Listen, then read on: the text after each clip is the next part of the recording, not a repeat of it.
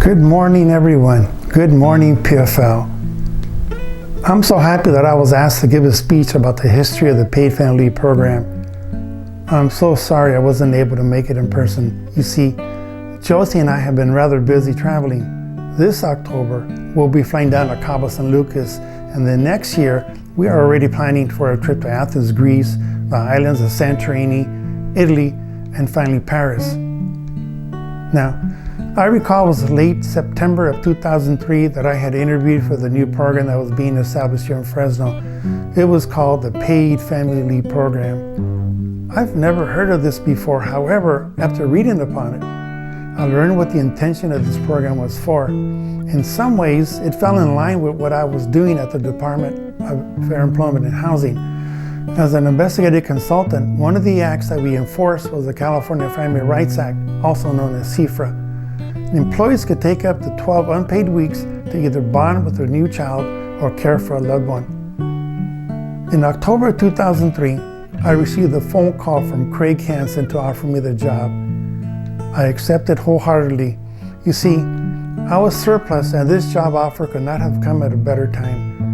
He told me that I'll be reporting to Sacramento and that I should be looking out for Enos Flores, as he was the other Dippin' II that he had also offered the job to prior to calling me. Both of us were to report to Sacramento on November the 3rd of 2003 for our training. Well, November the 3rd finally came and I reported to Sacramento, where I hooked up with Enos. Both of us met with Craig Hansen, Elizabeth Moanon, and Linda Fredrickson.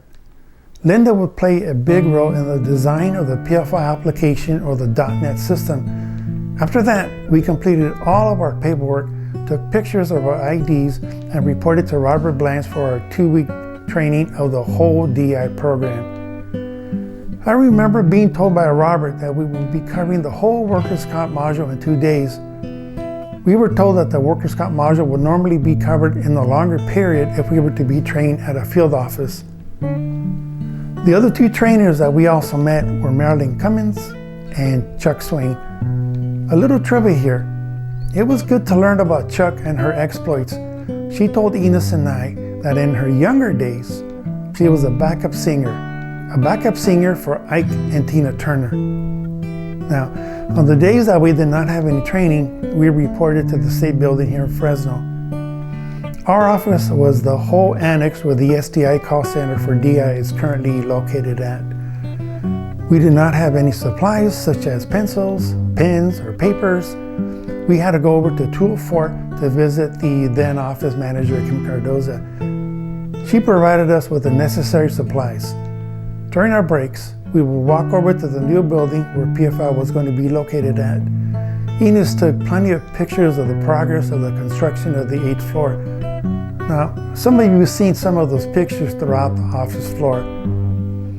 I remember on one of our visits to the floor, right after it was completed, we had just happened to arrive as all the chairs for the 8th floor had arrived. Enos and I rolled up our sleeves and we helped bring up all the chairs to the 8th floor. Well, it's not like we had anything better to do anyway. December came and we were finally told that the department had hired the new EDA that would be over PFL. The person selected was Yolanda Ball. She came on board and we quickly began to look over all the applications for the Dippin' ones. Interviews quickly began to see who the successful candidates would be to fill those new positions. The following were selected: Kevork Bogosian, Christy Kim, Miguel Rodriguez, Rupert Badua, Josephine Obaiza, Mark Potter, Enoch Snowden, Nick Zambrano, Cheryl Cessna, Colette Wanier, Kim Smith, and Dahlia Banda Davis. Please forgive me if I forgot anyone else. By the final part of December, the additional Dippin' IIs finally came aboard. They were Linda Lowney and Estela Valencia. Come January of 2004, the new Dippin' I's came on board and quickly took up their responsibilities. We were finally complete as a management team. Some of the Dippin' I's were assigned to training while others to claims. I remember in this month, we were finally provided with the PFL training. All 2 weeks of training, that was it.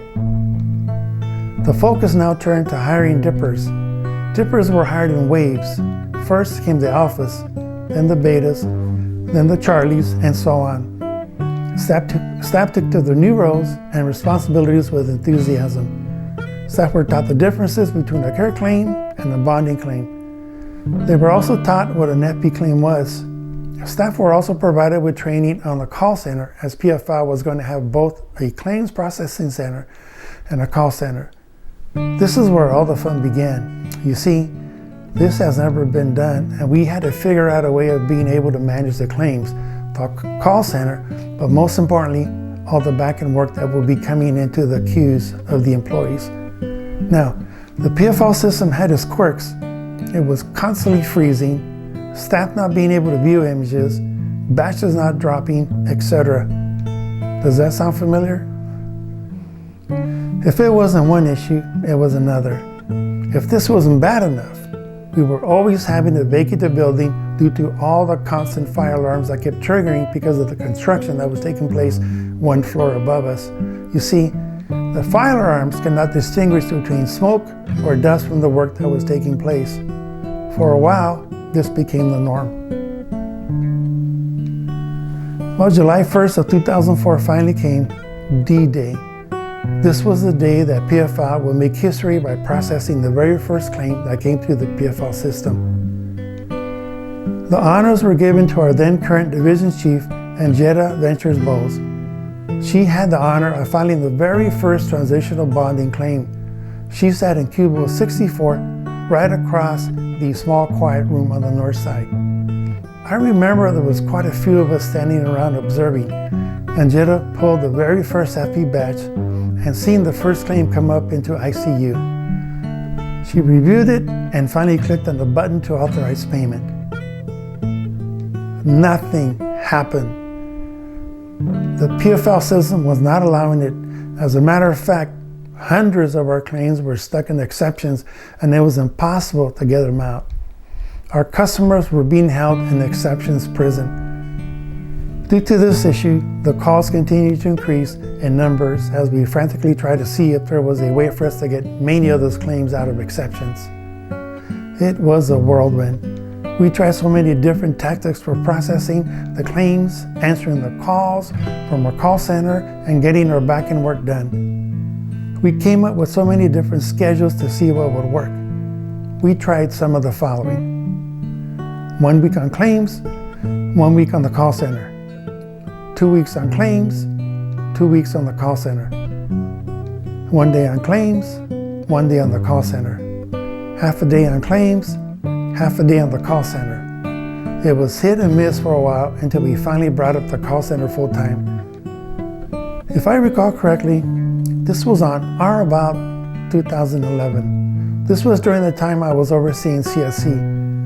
We finally had dedicated the call center 100% of the time. This allowed the claims processing side of the PFL to finally focus on everything related to claims. This included all the back-end work as well. And here we are, 20 years later. Little did we know what an impact this program would not only have for our customers, but also for the rest of the nation. It's because of this program and all of our hard work that other states also implemented their own version of the paid family leave program. Today, we celebrate 20 years of existence of paid family leave.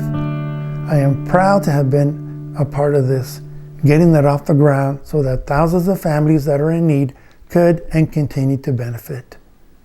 Although I'm no longer part of the PFL workforce, all I have to do is close my eyes and I imagine that I'm still there, sitting in my cubicle, sending out emails, assisting with legislative referrals from our clients to resolve their issues. I continue to be proud of the work you all do and continue to miss each and every one of you. Managers, as I have said before, continue supporting your staff and each other. Staff, continue keeping up the good work, but most importantly, continue mitigating evil. Thank you.